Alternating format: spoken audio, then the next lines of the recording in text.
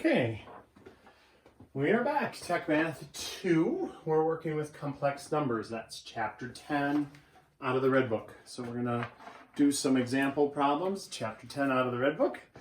Let's take a look.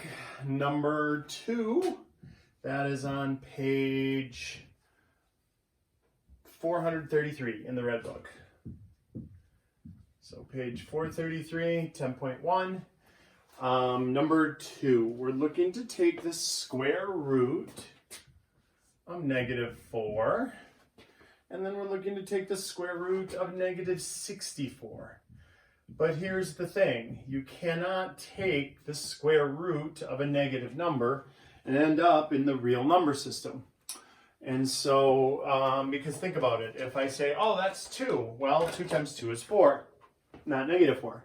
If I say, oh, no problem, that's -2. Well, -2 times -2 is +4, which is not -4. So whenever you have an even index on your root, like a 2 or a 4 or a 6 or an 8, if you're taking the root of it, we need to incorporate complex numbers. That is the imaginary. I squared is equal to -1. That is the complex number system or the imaginary. Ooh, and I gotta kind of scold myself here because I think this book uses J. They use J instead of I. Math, we use I squared all the time. Physics, I think when it started, they used lowercase j squared as -1. So we're going to do that. So these first ones, they wanted us to just rewrite it to say the square root of -1 times the square root of 4, and then take the square root of 4, say the square root of -1 is equal to times 2, and then they didn't take it to the next step. Let me take it to the next step for you here. That's going to be -1 is equivalent to j squared, and then the square root of j squared is just j. So you're going to see it like that. 2j with a lowercase j is the imaginary number, I squared or j squared. All right? So this one, we don't really have to even do this. That's on, again, that's in the workbook if you're looking at the workbook. Instead of doing it like that, let's just say -1 here. Let's do it like this. Times 64, and then let's replace that -1 with a j squared. And again, you only have to do this when it's an even powered root. If there was an odd powered root, that'll end up in the real number system. I'll explain here. That's 8j. All right. Look, if we had the third root of -8, that would be fine. That's asking what times itself 3 times in a row gives you -8. And that's -2, because -2 times -2 is +4, and times -2 again is -8. So if this is an odd root, a 3 or a 5 or a 7, you can have positives or negatives. You can do the positive root also, that's fine. It stays in the real number system. If this is an even power index, like a square root, then you have to go into the complex number system. Now, imaginary number system is kind of a bummer of a name because people think, oh, they just made it up out of nowhere, and that's not entirely accurate. The fundamental theorem of algebra is that if I give you a second degree thing, you're going to find me 2 solutions. If I give you a third degree thing, you're going to find me 3 solutions. Well, that's both real and imaginary. Sometimes we press into the imaginary with our solutions, all right?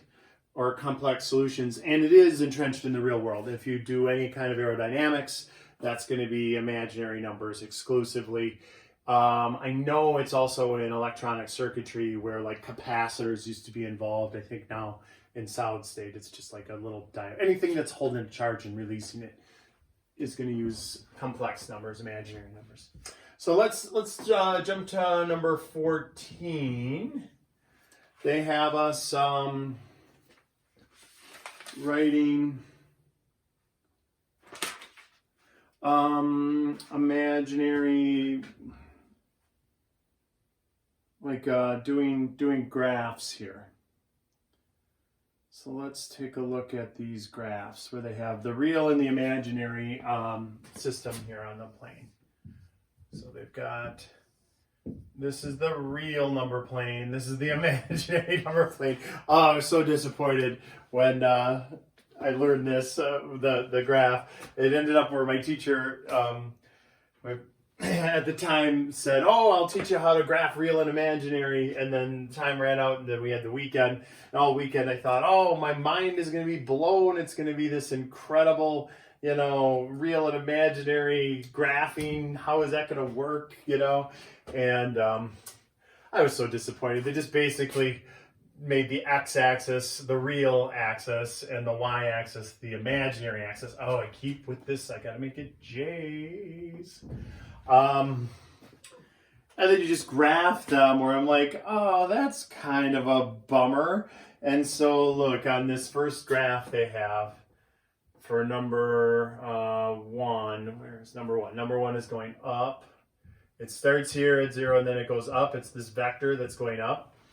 And it goes up to 4 on the imaginary. And so this is just going to be 0 for the, you know, coordinate would be 0, comma 4. Well, this is the real number and this is the imaginary number. So we say 0 plus 4j. And that's it. So if I were to graph that as a coordinate point, that would be it. 0 plus 4j would look like that. Just 0, 4. The next one, number 2, is here at 8, 0. So think about that. Now this is the real number system that stops at 8 on the graph, and so that's just 8. Here, this is number 1. This is number 2. That's 8 plus 0j. So basically, whatever the x value is doesn't get anything added to it. Whatever the y value is gets the imaginary number added to it. Number 3 looks like this graph. That's going down to -10. So again, if we looked at the actual point, that would be 0, comma -10. So that would be 0 plus -10j. If you wanted to use be a lazy mathematician, you could just say 0 minus 10j. If you look in your book, that's what they have for an answer. And then the last one is going over to -6. So it's going to -6, so that's just 0. Or I'm sorry, -6, comma 0. And so that's the real number, so the -6 comes first, and then plus the imaginary. It doesn't go off onto the imaginary plane at all. So basically, I was really bummed because I thought it was going to be so much more mind-blowing and spectacular than that. And I was quite disappointed to just see that they just made the x-axis the real number line and the y-axis the imaginary number line, and that was it. I thought it was going to be some kind of mind-blowing event, and so that was one of the first times I was very disappointed in the answer in mathematics. All right, so if you saw like A Christmas Story when he finds out it's a commercial and he swears, that's sort of what I did. All right, so let's see. We got we're jumping to 10.3. These are pretty quick concepts here. -1 minus 5j plus 7 and 8j plus 1 minus j. So really, this is stuff that we've done already. You're just combining like terms. It's just now it's in the context of real numbers and imaginary numbers, but they work just like variables in when you're combining with addition and subtraction. So you'd say, well, the 7 and the -1 get to go together. That's 6. And then nothing for the j, so minus 5j. And then that's it. Some books and teachers are uptight about which one comes first. Like it's always the real number plus or minus the imaginary number. I guess I wouldn't mark it wrong on a test. If you put -5j plus 6, you'd still get credit. All right. How about here? Remember, there's a 1 there. You see 1s all the time. I see 1s all the time. All right. So 8j and -1j. That's 7j. And then plus 1. Oh, so look, I just did it. I'll say 1 plus 7j. So it's a plus bi or a plus bj. All right. Okie dokie. So just combining like terms. Hopefully that's easy peasy lemon squeezy. What if we combine vectors? Let's look at 25 and 27. Combining vectors. So that is going to take a look. That's 10.3 now.